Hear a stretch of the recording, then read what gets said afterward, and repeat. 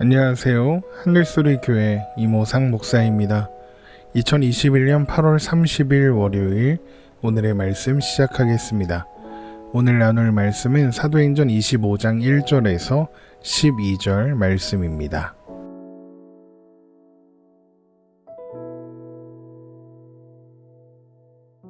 베스도가 부임한 지 3일 후에 가이사랴에서 예루살렘으로 올라가니 대제사장들과 유대인 중 높은 사람들이 바울을 고소할세. 베스도의 호의로 바울을 예루살렘으로 옮기기를 청하니 이는 길에 매복하였다가 그를 죽이고자 함이더라.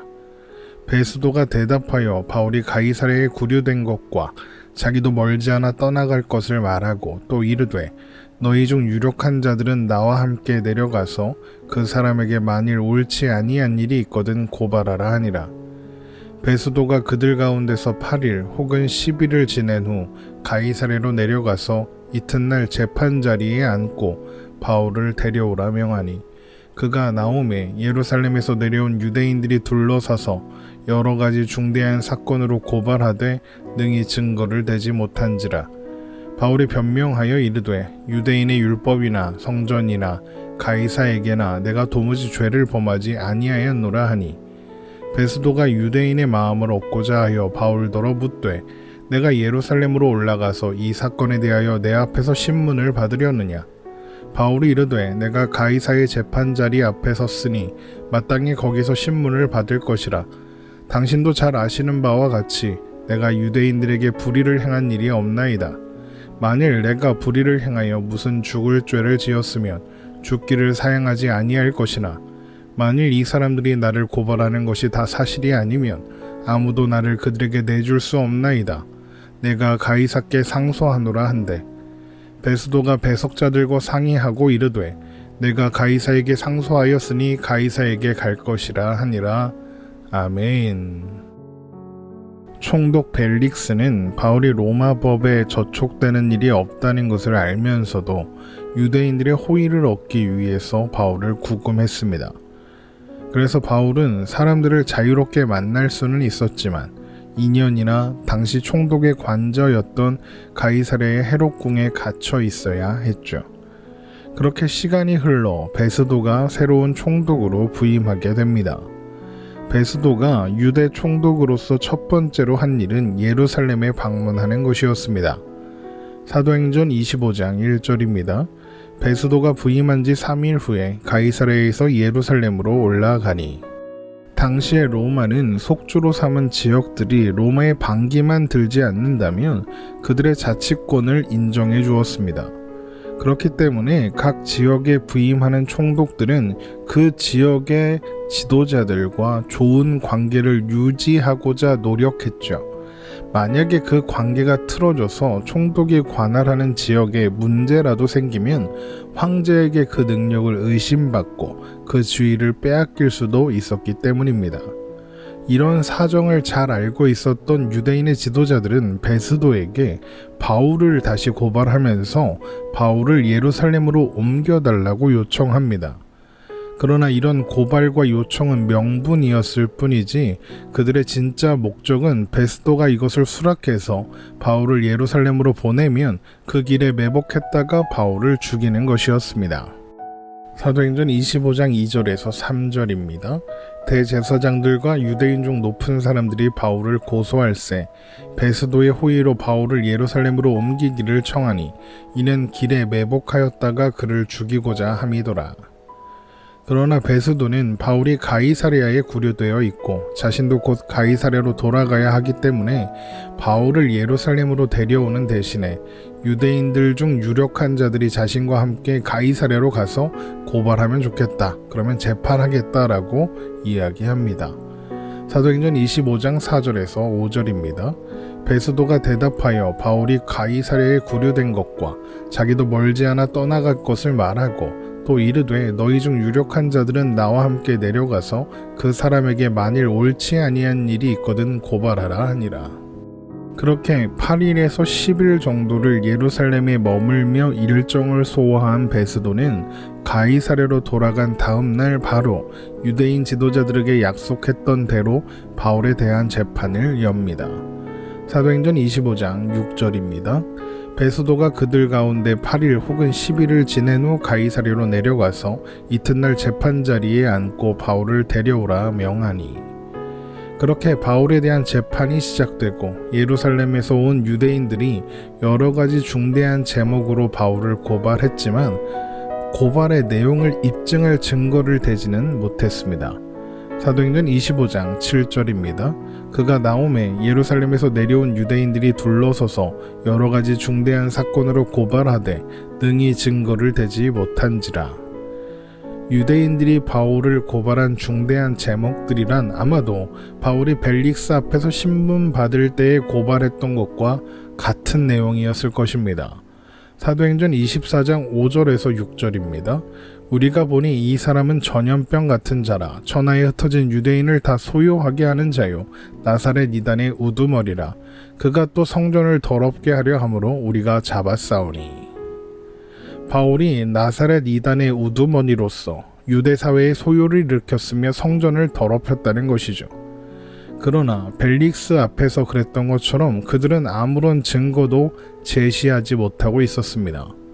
그렇게 자신을 고발하는 사람들이 말하기를 그치자 바울은 자신이 유대인의 율법이나 성전이나 가이사에게 도무지 죄를 범하지 않았다고 변론했습니다. 사도행전 25장 8절입니다. 바울이 변명하여 이르되 유대인의 율법이나 성전이나 가이사에게나 내가 도무지 죄를 범하지 아니하였노라 하니.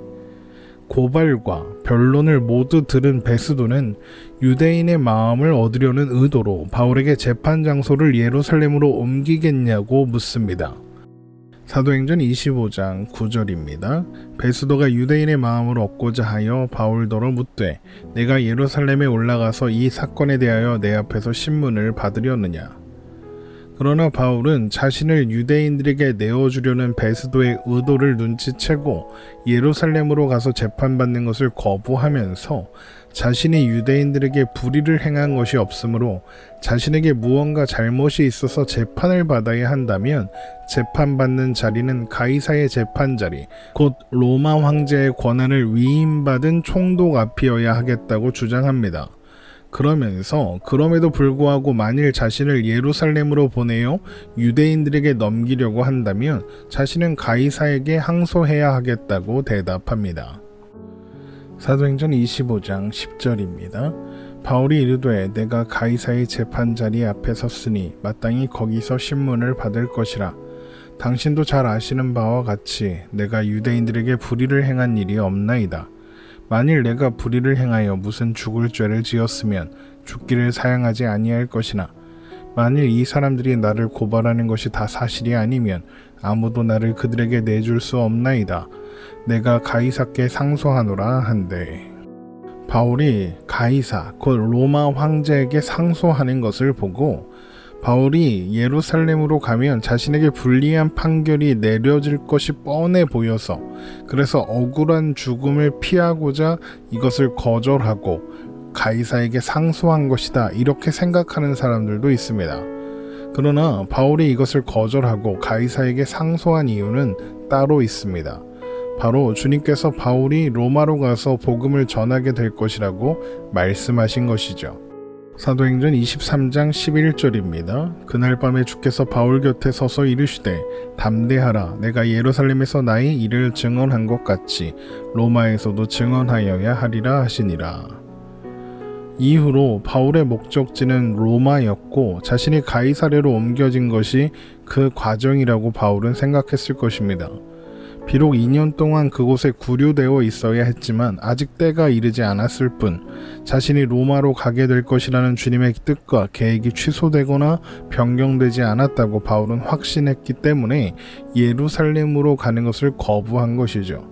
그러니까 바울이 재판이 자신에게 불리한 쪽으로 판결이 나서 억울한 죽임을 당하게 될 것이 두려워서 걱정되어서 그것이 염려되어서 이것을 거절하고 가이사에게 상소한 것은 아니라는 것이죠. 바울은 가이사랴에 구류되어 있기는 했지만 여러 차례 벨리스 총독과 그의 아내 두루실라를 만나서 복음을 전하고 또 대화를 해왔습니다. 비록 벨리스가 바울이 뇌물 주기를 기대하며 그렇게 한 것이기는 하지만 말입니다. 어쨌든 아마도 그 과정에서 바울은 로마 시민이 재판 과정에서 원한다면 로마 황제에게 상소할 수 있다는 것도 알게 되었을 것입니다. 바울이 그것을 알게 되었을 때 그 즉시로 권리를 사용하지 않은 것은 자신이 어떤 방법으로 로마로 가게 될 것인가에 대한 확신이 아직 없었기 때문일 것입니다. 그러다가 새로운 총독이 부임해 오고 다시 열리게 된 재판에서 새로운 총독이 자신을 예루살렘으로 보내려는 의중을 비추자 그 권리를 제시하게 된 것입니다. 예상하지 못했던 바울의 상소에 베스도는 배석자들, 그러니까 총독의 업무를 돕는 수행원들, 신하들이겠죠. 그들과 이 문제를 상의합니다. 그리고는 바울을 가이사에게로 보내기로 결정하죠. 사도행전 25장 12절입니다. 베스도가 배석자들과 상의하고 이르되 내가 가이사에게 상소하였으니 가이사에게 갈 것이라 하니라. 사실 베스도에게는 세 가지 선택지가 있었습니다. 첫 번째는 바울이 아무 잘못이 없으므로 그냥 풀어주는 것. 두 번째는 유대인들에게 넘겨주어 처리하게 하는 것. 세 번째는 바울의 상소를 받아들여서 바울을 로마로 보내 가이사 앞에 서게 하는 것입니다. 첫 번째는 유대 총독으로 이제 막 부임한 시점에 유대인 지도자들과의 관계를 생각하면 썩 좋은 방법이 아니었습니다. 그렇다고 바울을 유대인들에게 넘겨주는 두 번째 선택을 하게 되면 나중에 베스도가 로마 시민의 권리를 존중하지 않았다고 누군가 고발이라도 하게 되면 그 책임 또한 가볍지 않았을 것입니다. 그러니까 결국 베스도가 선택할 수 있는 방법은 바울이 가이사에게 한 상소를 받아들이는 것밖에 없었던 것이죠.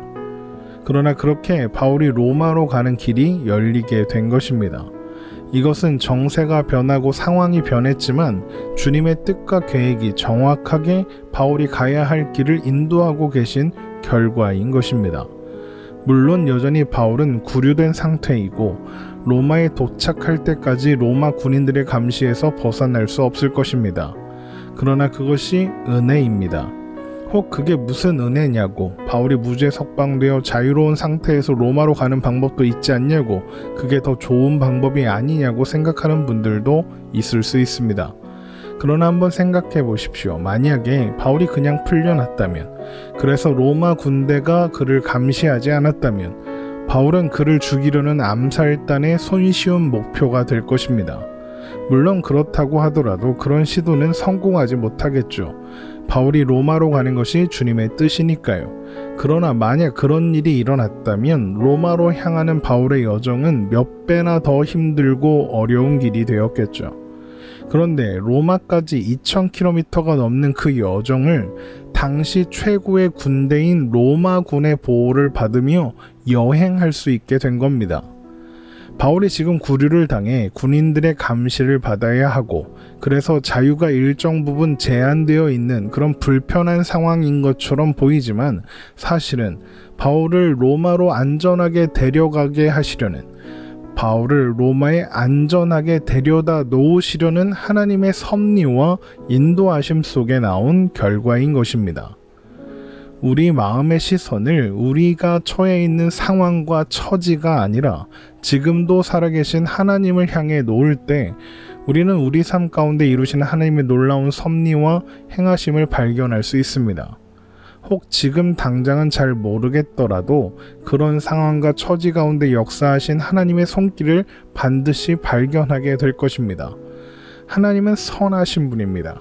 합력하여 선을 이루시는 분입니다. 그것이 감옥에 구류되어 있고 군인들의 감시를 받는 그런 고통스러운 불편한 상황이라 해도 말입니다. 그래서 우리는 우리의 오늘이 주님 안에 있는 오늘, 하나님의 섭리 안에 있는 오늘이라는 것을 기억하고 그런 모든 상황 가운데 함께 하시는 하나님을 바라보고 의지하며 그 이루실 일들을 또한 기대하며 그래서 기뻐하고 감사하며 찬송하며 오늘을 살아가야 하겠습니다. 오늘 말씀 이렇게 마치겠습니다. 오늘도 복된 하루 되시기를 주님의 이름으로 축원합니다.